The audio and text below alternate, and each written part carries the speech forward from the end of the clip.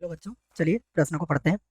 दिखाइए कि एक समकोण वृत्ताकार शंकु के अंतर्गत बने सबसे बड़े बेलन का आयतन 4/27 पाई एच की घात 3 टेन स्क्वायर अल्फा है, जबकि एच शंकु की ऊंचाई और अल्फा अर्धशीर्ष कोण है। ये हमें कहा गया है।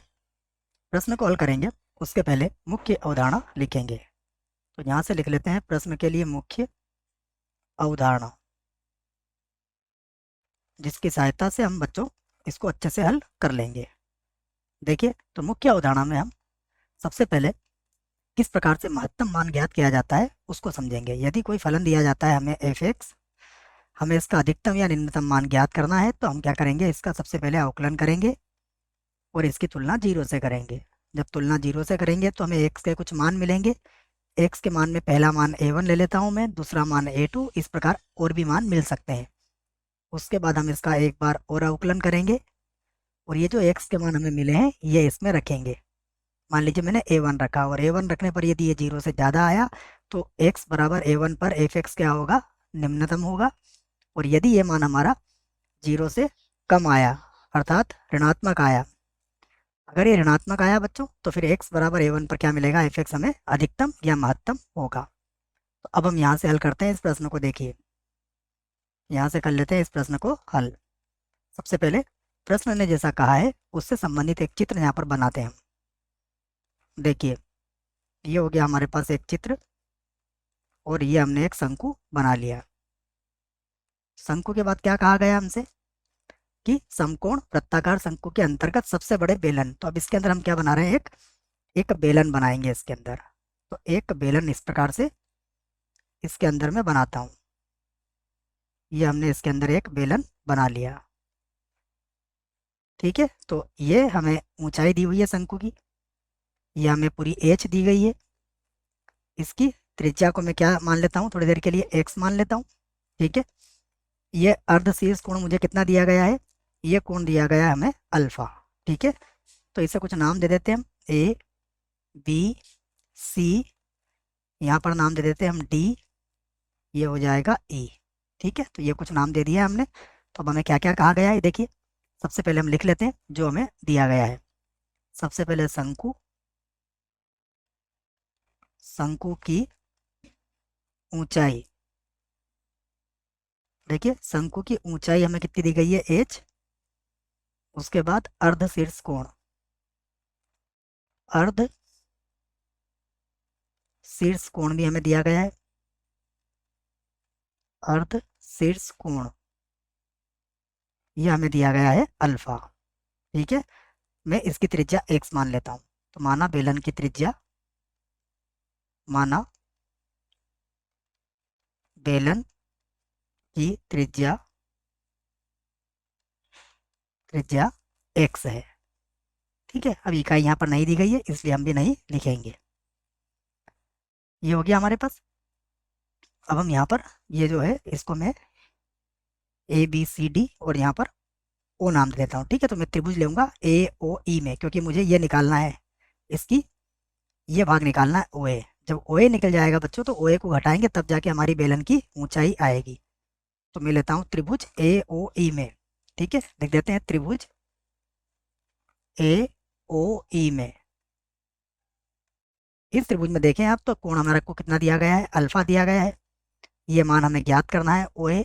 तो ये हो जाएगा हमारा, अगर अल्फा के सामने वाला लंब होगा तो ओ ई बटा ओ ए, क्या लिखूंगा मैं, ओ ई बटा ओ ए, ओ ई बटा ओ ए। तो लंब बटा आधार क्या होता है, टेन। तो ये हो जाएगा टेन अल्फा। ठीक है, तो यहाँ से अगर आप देखोगे तो ओ ए का मान हमें ज्ञात करना है। ठीक है, तो ओ ए का मान तो हमारे पास है नहीं, तो ओ ए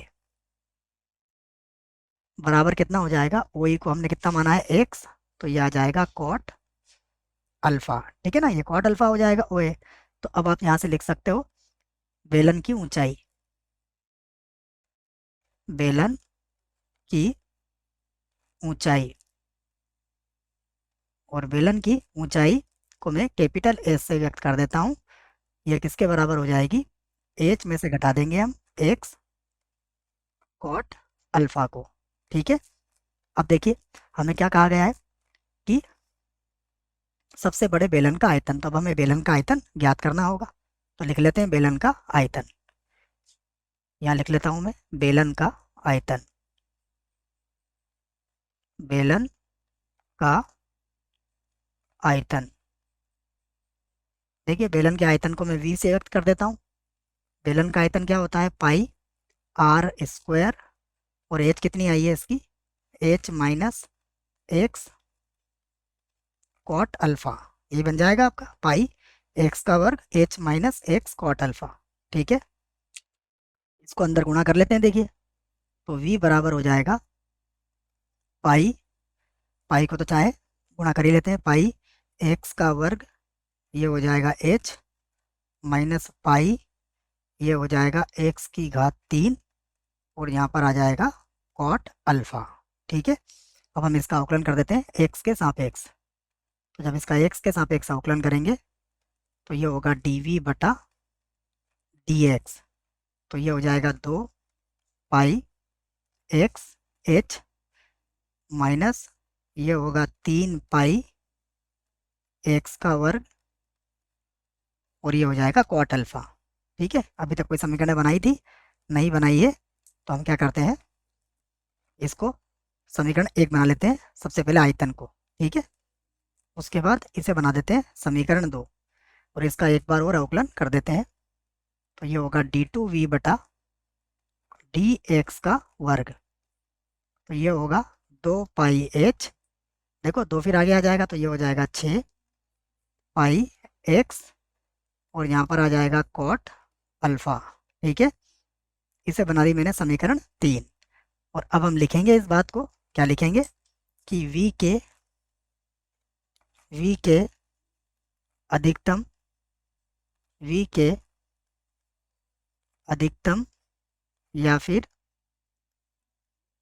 निम्नतम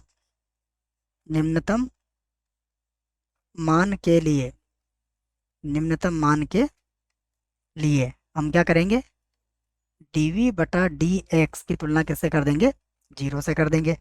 तो dv बटा dx की जब तुलना 0 से करेंगे तो ये हो जाएगा हमारे पास 2 पाई एक्स एच माइनस ये होगा 3 पाई एक्स का वर्ग कॉट अल्फा। ठीक है, ठीक है, बराबर 0। इसे बराबर किधर उठा लाते हैं, तो ये हो जाएगा 2 पाई एच, 2 पाई एक्स एच बराबर 3 पाई एक्स का वर्ग कॉट अल्फा। ठीक है, अब यहाँ देखिए एक्स का मान 0 तो नहीं हो सकता, एक्स का मान 0 नहीं हो सकता, तो एक्स का तो फिर हम भाग लगा देंगे इसमें, और पाई से पाई भी कट जाएगा। तो यहाँ से एक्स बराबर हमारे पास आ जाएगा 2h, और बटे में आ जाएगा 3, और कॉट अल्फा, या फिर आप टेन अल्फा यहाँ पर लिख सकते हो। ठीक है ना, कोष्टक में लिख दीजिए आप 10 अल्फा। ठीक है, ये मैंने 10 अल्फा लिख दिया, या फिर बटे में लिख सकते हो आप कॉट अल्फा, जैसा आपको ठीक लगे। मैं एक बार और लिख ही देता हूँ इसको। तो ये कितना आ जाएगा 10 अल्फा। अब हम ये मान कहाँ रखेंगे, d2v बटा dx के वर्ग में। ठीक है, ये मान रख देते हैं हम x का। तो ये रख दिया हमने x बराबर 2h बटे में है 3, और ये है 10 अल्फा। ठीक है, तो जब ये मान रखेंगे डबल में तो देखिए क्या मिलेगा हमें।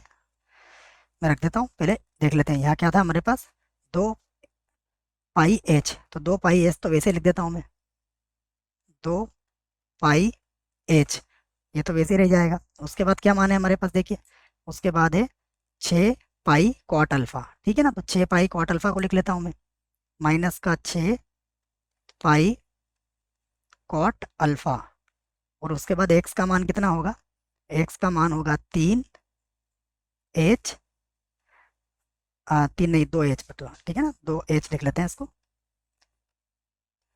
जो भी एक्स का मान हमने यहाँ पर लिखा है वही लिखेंगे हम।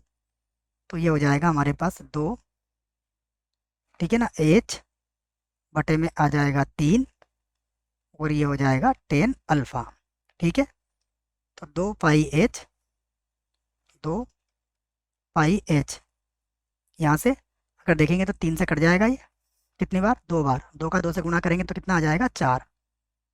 तो ये आ जाएगा 4, पाई भी आ जाएगा और एच भी आ जाएगा। तो देखो 2 पाई एच में से 4 पाई एच घटाएंगे तो कितना बचेगा, माइनस का 2 पाई एच, यही बचेगा माइनस का 2 पाई एच। और ये हमें पता है कि ये 0 से कम होगा, ये 0 से कम है, इसका मतलब x बराबर 3h, 2h/3 टेन अल्फा पर क्या मिलेगा हमें, आयतन अधिकतम मिलेगा। तो हम कह सकते हैं कि अतः, यहाँ से लिख लेते हैं, अतः x बराबर 2h/3, 2h/3 क्या था हमारे पास, टेन अल्फा, टेन अल्फा पर v क्या है, महत्तम है, v महत्तम है। ये तो हमारा सिद्ध हो गया। अब हमसे महत्तम आयतन पूछा गया है तो हम महत्तम आयतन भी यहाँ पर ज्ञात कर लेते हैं। अब हम लिख लेते हैं बेलन का महत्तम आयतन, ठीक है। तो यहाँ पर लिख देता हूँ मैं, बेलन का महत्तम आयतन, महत्तम आयतन, ठीक है ना। तो बेलन का महत्तम आयतन क्या हो जाएगा, देखिए हमारे पास क्या था, अगर हम सूत्र को देखें, आयतन हमारा क्या निकला था, पाई। एक बार देख लेते हैं क्या था हमारे पास आयतन, जो हमने समीकरण भी बनाई थी, पाई एक्स का वर्ग एच, ठीक है ना। तो पाई एक्स का वर्ग एच, और यहाँ पर था माइनस पाई एक्स की घात 3 कॉट अल्फा, ठीक है ना। मैं पहले लिख लेता हूँ इसको, ये हो जाएगा कुछ इस प्रकार, ठीक है। एक्स का मान रख देता हूँ मैं, एक्स एक्स कॉमन ही ले लेता हूँ यहाँ से, तो ये हो जाएगा 2h बटे में है 3, उसके बाद है टेन अल्फा, और एक्स को मैंने कॉमन ले लिया है तो इसकी घात 2 हो जाएगी, ठीक है। उसके बाद बचेगा मेरे पास h माइनस का एक्स कॉट अल्फा। तो एक्स कॉट अल्फा की वैल्यू कितनी आएगी, देखो एक्स कॉट अल्फा की वैल्यू निकालना है तो ये 2h/3 आ जाएगी बच्चों, 2h और बटे में कितना आ जाएगा, 3, ठीक है ना। यहाँ से निकाल सकते हो, टेन अल्फा को बराबर के उधर ले जाओगे तो ये हो जाएगा हमारे पास पाई, यहाँ 2 का वर्ग कितना हो जाएगा, 4, 3 का वर्ग कितना हो जाएगा, 9, यहाँ पर आ जाएगा h का वर्ग, और फिर हो जाएगा ten square alpha, ten square alpha. इसको हल करेंगे तो 3h में से 2h गया तो क्या मिलेगा, यहाँ पर h/3 मिल जाएगा हमें।